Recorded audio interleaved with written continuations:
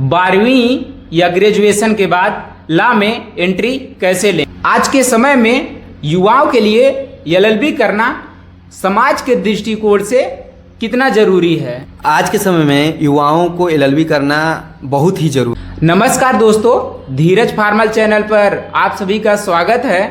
आज हमारे साथ मौजूद हैं इलाहाबाद हाई कोर्ट के आदरणीय अधिवक्ता विनय कनौजिया जी।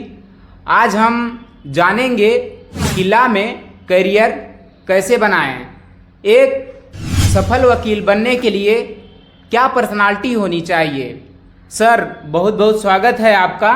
बहुत बहुत धन्यवाद धीरज जी, आपके दर्शकों को भी बहुत बहुत धन्यवाद। सर, 12वीं या ग्रेजुएशन के बाद लॉ में एंट्री कैसे लें। धीरज जी, जो छात्र छात्राएं 12वीं पास कर लेते हैं या ग्रेजुएशन कर लेते हैं, उनके लिए 12वीं पास करने के लिए 5 वर्षीय लॉ होता है जो क्लैट के थ्रू या यूसीटी यूजी के थ्रू एडमिशन ले सकते हैं। उसमें BA LLB, BBA LLB, BCom LLB, BSc LLB होता है। जो ग्रेजुएशन बच्चे कर लेते हैं उनके लिए एंट्रेंस एग्ज़ाम होता है जो सीयूटी पीजी करके आता है। उसमें 3 इयर्स का एलएलबी होता है। जो बच्चे करना चाहते हैं वो कर सकते हैं। सर, एलएलबी करने के बाद डिस्ट्रिक्ट कोर्ट या हाई कोर्ट में प्रैक्टिस करने का पहला स्टेप क्या होता है। धीरज जी, एलएलबी करने के बाद हाई कोर्ट या डिस्ट्रिक्ट कोर्ट में जो नए अधिवक्ता होते हैं उनका पहला स्टेप ये होता है, चाहे भारत के किसी भी राज्य के बार काउंसिल में पहले पंजीकरण होना चाहिए। उस पंजीकरण करने के बाद वह किसी अधिवक्ता के समक्ष या किसी लॉ फर्म के समक्ष वो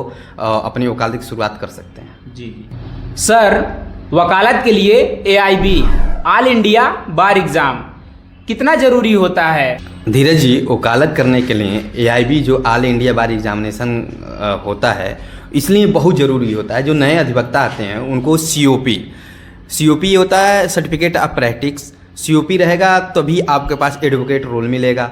अगर एडवोकेट रोल नहीं रहेगा तब तक आप वकालत नहीं कर सकते हैं। इसलिए बहुत इंपॉर्टेंट है एआईबी एग्ज़ाम पास करना। जी सर।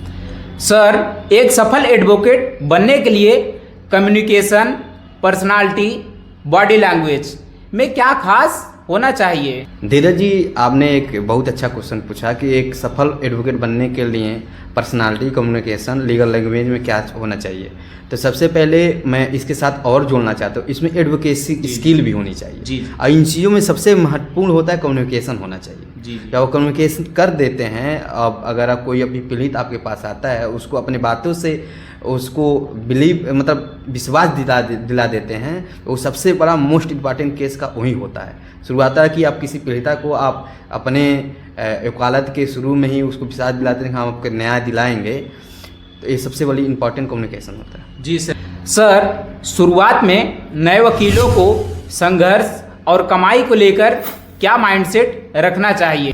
धीरज जी, जो एक क्वेश्चन जो पूछे बहुत इंपॉर्टेंट हैं। जो नए एडवोकेट आते हैं उनको आज जो संघर्ष होता है और उनको कमाई को लेकर एक रहता है कि उनका खर्चा कैसे चले। सबसे पहले नए वकीलों के लिए मैं यही बताना चाहता हूँ कि सबसे पहले ऑनेस्टी होनी चाहिए कि कोई भी एक छोटा मोटा काम मिले उसको ऑनेस्टी से समय से पहले उसको पूरा करिए। जब आप काम करके किसी भी क्लाइंट को आप देंगे तो वो संतुष्ट होगा तो आपका प्रचार अपने आप होने लगता है। इसलिए बहुत ज़रूरी है कि ऑनेस्टी से, ईमानदारी से काम को करना। आज के समय में युवाओं के लिए एलएलबी करना समाज के दृष्टिकोण से कितना ज़रूरी है। आज के समय में युवाओं को एलएलबी करना बहुत ही ज़रूरी है, चाहे वो किसी भी फील्ड से हो। एलएलबी करने के बाद समाज के दृष्टिकोण से युवाओं के प्रति नज़रिया जो होता है वो बदल जाता है। वो सीधे वकील साहब हो जाते हैं और किसी भी समाज पे उत्पीड़न होता है या किसी भी समाज पे शोषण होता है तो दो ही चीज़ों दिक्कत होती है, आपदा विपत्ति आती है तो दो ही चीज़ों के पास जाती है, या डॉक्टर के पास जाती है या वकील साहब के पास जाती है। डॉक्टर उनका इलाज करता है, वकील उन अन्याय के खिलाफों को लड़ाई लड़ के उनको सुरक्षित महसूस कराता है।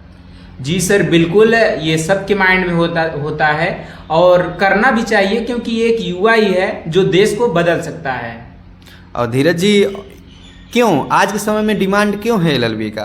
क्योंकि इसलिए ज़रूरी है क्योंकि आज के युवाओं को इतना अत्यधिक ज़रूरी है कि वो अपने मौलिक अधिकार, कर्तव्य को जान सके, भारतीय संविधान को अच्छे से समझ सके। सर, अगर कोई आपसे सलाह या सुझाव लेना चाहता है तो वो किस प्रकार से आप आपसे मिल सकता है? जो मुझसे सलाह सुझाव लेना चाहता है वो मेरा नंबर है, और मैं हाई कोर्ट इलाहाबाद में अधिवक्ता, जो मेरा chamber number 70A Ambedkar hall high court Allahabad में आके मिल सकता है।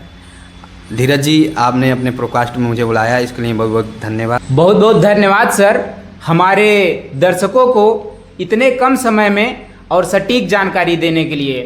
दोस्तों, अगर यह वीडियो उपयोगी लगा हो तो सब्सक्राइब जरूर करें। धन्यवाद।